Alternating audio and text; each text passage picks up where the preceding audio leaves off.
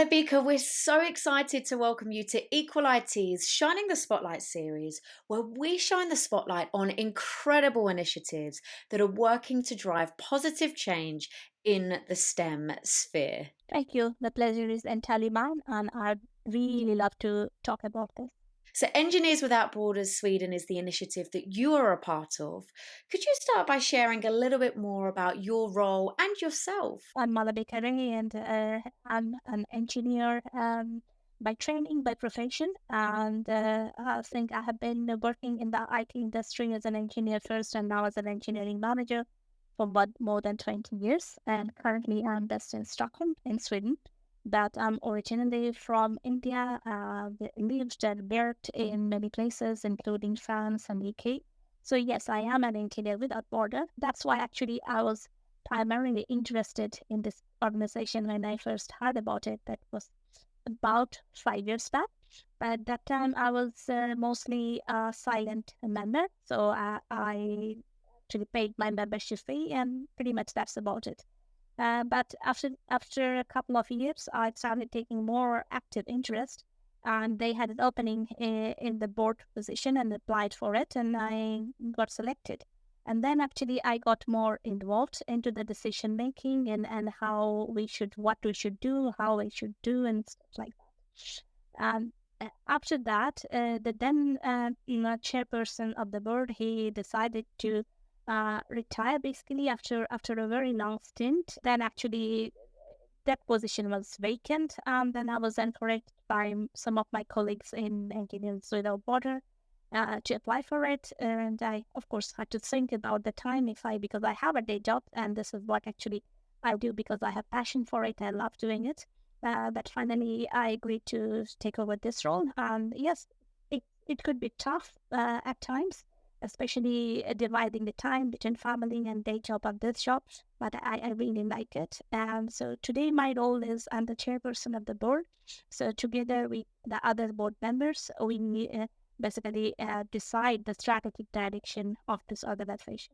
Wow, it's awesome to hear about your own journey from being just a member to the evolution of now where you are and the impact that you're making. What is the mission and the focus currently of Engineers Without Borders Sweden? Our main motto, the tagline, you could say, is the engineering for humanity. Because we really believe that, yes, engineering is a great tool, but with that, we would like to help communities all over the world, and especially targeting the communities who are underprivileged and who could help with our engineering know-how. We recognize that just engineering technical knowledge and know-how is not enough. We need money, we need muscle to actually build it, but it's very important part. So what we try to do is partner with many other NGOs and government organizations and local communities and try to empower them so that they can build various kind of sustainable solutions, whether it is a water treatment plant or a school or a wind turbine solution or a solar power. It could be various diverse things, and we'd like to make a change in people's lives and through the help of engineering. And for that, the main crucial, pivotal part of that is our volunteers. So who are the members of different universities and then the other professionals. So it believes that together we can make a change. And in order to make it happen, there is no reason we should restrict ourselves within any country boundary. So that's pretty much about what our motto is.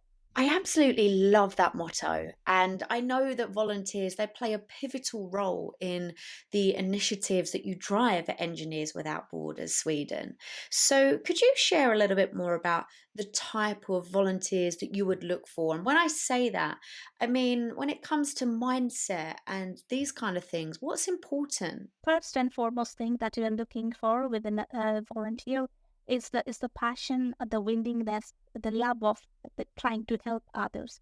That's the primary condition. They don't even have to be an engineer. I mean, most of our, I think more than 90% or 95% of our volunteers are engineers, but we also welcome people from other spheres. For example, when we are running a project, we would require someone with a project management expertise, or someone who could help in spreading the knowledge with the media or PR or that kind of skills. So yes, we value all kinds of skills. Um, and but the main thing that you talked about mindset, and this is what actually is most important for us, because technical skills, you can learn it. There were books, there were others. People learn all the time, but it's the mindset that is important. And main thing is that it's this willingness to help others. That's really important. And also maybe some time, and especially our international project. We are based in Sweden, so if someone is from Sweden and want to work in, let's say, Tanzania, yeah, some kind of time commitment is necessary. But that is, of course, flexible, depends on that person personal situation and the project. Could you break down what a typical, I guess, day in the life could look like? Yes, so I would say that our main activities can be divided into two different kinds of projects. One is the international project, and another is domestic. The domestic, of course, we are concentrating in Sweden, and that part is much smaller compared to the international version. So here, the commitment that is required for the domestic activities, I mean, time-wise at least, is less. It's few. So, for example, we have something called Inspired Youth. And then if someone, maybe a professional who's working in a day job in some company, can go to a school, and maybe we organize a workshop for teaching the children how to code, or how to become safe in while they're online. This kind of things. And that, you can imagine, is probably a commitment for a day or two at most. But then when it comes to international projects, then the commitment that is required is longer. So I mean, first we get the funding, and the project is approved, and the volunteers are selected by the international committee. Of course, we have a head of international project, and she has a team. So it's their decision who should go, who are fit for that particular project, what kind of competence we need. So that's the decision, that's the operational decision that is taken by this international project team.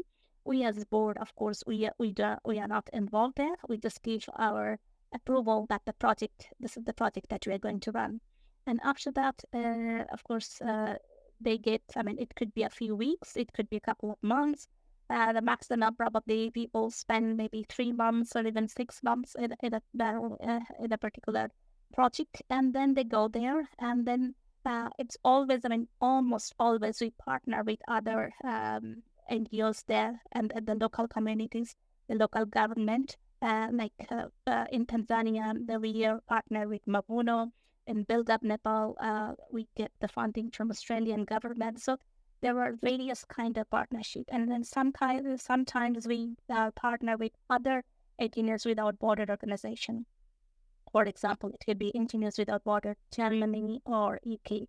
And then, of course, that volunteer actually are involved directly into the project. So, she goes there and give their technical know-how. And sometimes there are some prep work that is being done before we actually travel.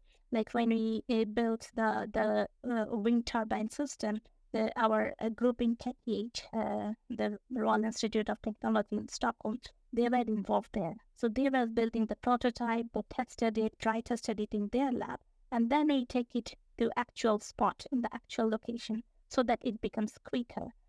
So yes, they have it's a busy, intense time, and maybe for a few weeks they work a lot, but I guess they also have a lot of fun because it's a new country. They make new friends. Sometimes those friends are for life, and of course, I mean, it could be quite exotic as well. So people can I mean, once the project is done, they can explore the area. So yes, I mean, I mean, especially for the students who are probably the final year of their engineering course or in the middle of it, it's a tremendous opportunity. Wow, what an enriching experience. Continuously learning, being able to experience new cultures, really being able to explore, all whilst making a difference and an impact with the projects. So I know you've loosely spoken about some of those projects that you've been driving at Engineers Without Borders Sweden, but could you share some more examples of some of the projects that the organisation has been involved with and the positive outcomes these projects have had? The last few years, we have been involved in many different projects. Because of COVID, it restricted our ability to travel. So those 2 years a little bit, it's not so much activities, but otherwise, for the last 10 years or so, we have been pretty active. And one of the flagship projects that I would like to mention is Build Up Nepal. I think we all know that after the earthquake, Nepal was pretty much devastated. And then what we were trying to do there is building up partner with this Build Up Nepal organization and try to come up with a sustainable solution so that the local community they can have the earthquake resistant bricks and construction materials. Those things are, of course, available in bigger cities and other countries. But when you go high up into the mountain and they have very bigger funds, it's not so easily available for them. So what our volunteers did there actually helped the local entrepreneurs to come up with the machines through which they can locally produce those sustainable bricks, which can be used locally to build the houses there. So the cost is cheap. The thing is very sustainable because you don't have to import a lot of things from various parts of the world and have a huge carbon footprint. And it also gives jobs to the local communities. They feel really empowered. So that's something that we are really proud about. And then I can talk about, and of course, for that, we have got funding and partner with this Australian government initiative. As I say, that I mean, ours is at least fund wise, we are a smaller organization, so we always partner with other NGOs and government. But yeah, we give the technical know how. And then the other project that we are really proud of, it's in Kenya and Tanzania.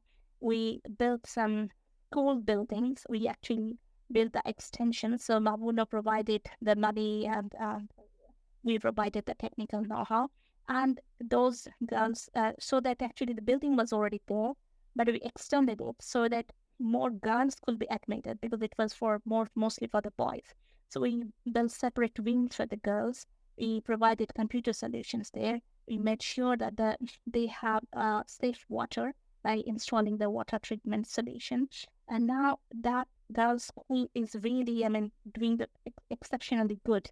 So if you look at their results, they're one of the, top schools in the country, and the kind of people who used to send their children there, they are not like rich or privileged. They are really the local people there. So that's where actually I think we made some positive impact. Then we also worked with some installing wind turbines and solar panels in different parts of Africa, in Tanzania and Kenya. Because of course, they have traditional electricity system, but often in the remote rural areas, that is not available. The power is just not there in the grid.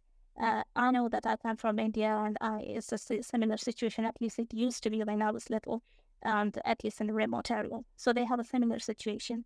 So there, if you have a local system, if you're self-sufficient in generating and distributing the power, either the help of a wind turbine or the help of a solar panel, that's amazing.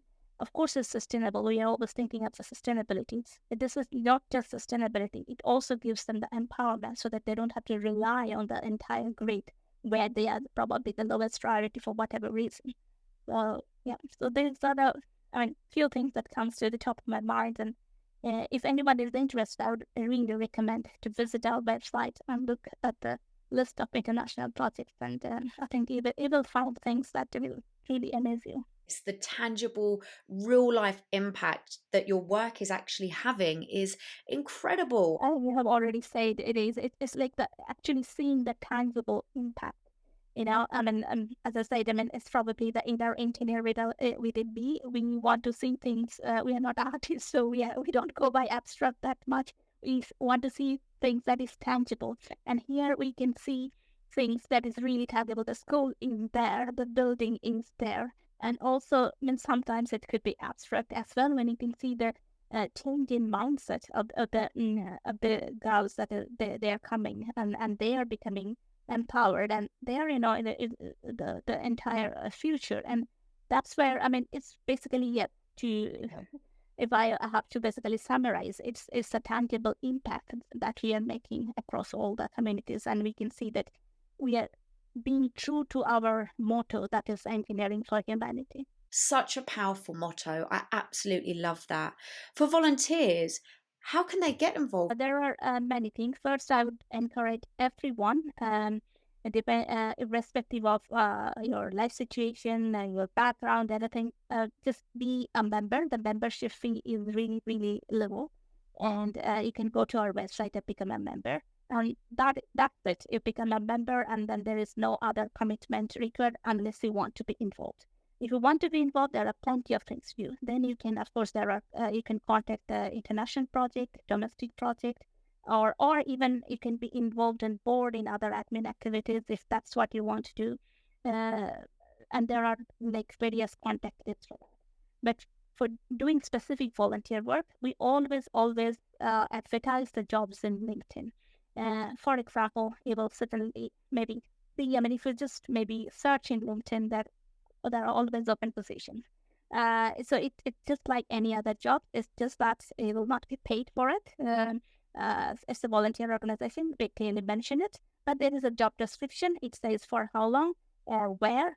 So it could be like we need volunteer to volunteer uh, in Kenya to build this girls' school in collaboration with Mapuno and Engineers Without Border Germany. So it'd be like clear description of what you're supposed to do, what kind of competence we are looking for, whether you need an engineering degree, if in or engineering education, and may not need to complete it, or I mean, if so, in which branch. And in many cases, if that's not necessary, that will also be mentioned. So it will be just like any other regular jobs in LinkedIn. What we are looking for, what are the must-have qualifications, what are good to have, and all kinds of information. So just apply to that. Yeah, and just looking at it through the lens of a recruiter, having that volunteering experience on your profile where you can provide those tangible examples of the impact your work has had, it's a fantastic way to stand out in, at the moment, what is a very crowded job market. Definitely. So yeah, it's a volunteer organization, and you don't get paid for it. But not entirely true. You don't get paid in terms of money, but you do get paid in some principal satisfaction, but also this kind of the experience. So when we are looking to recruit people in regular day jobs, we are, yes, I mean, sometimes, especially if we're recruiting someone at a very entry level or something, I mean, how do you even know? I mean, you're just interviewing someone, it doesn't have a very long industry experience. So these are the things that really stand out. That this is the person who wanted to make a difference. So that really, first of all, I mean, propels that person quite a few miles ahead. And then, of course, if you're doing something tangible, if the project is successful, well, there is a school building, and I helped building it. Here is this built of Nepal. I helped building the sustainable housing by telling them how to build the bricks which are earthquake resistant. And that always brings the wow factor. And we always talk about, I mean, what is the differentiator? I mean, in this desert, I mean, every field is so crowded. So we are always looking for differentiators. And these are the differentiators that will really help. You're right. It's so important, those things that you mentioned.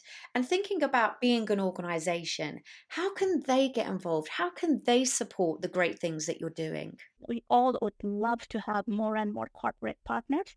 We have different levels. We have gold corporate partners, silver corporate partners, and bronze corporate partners.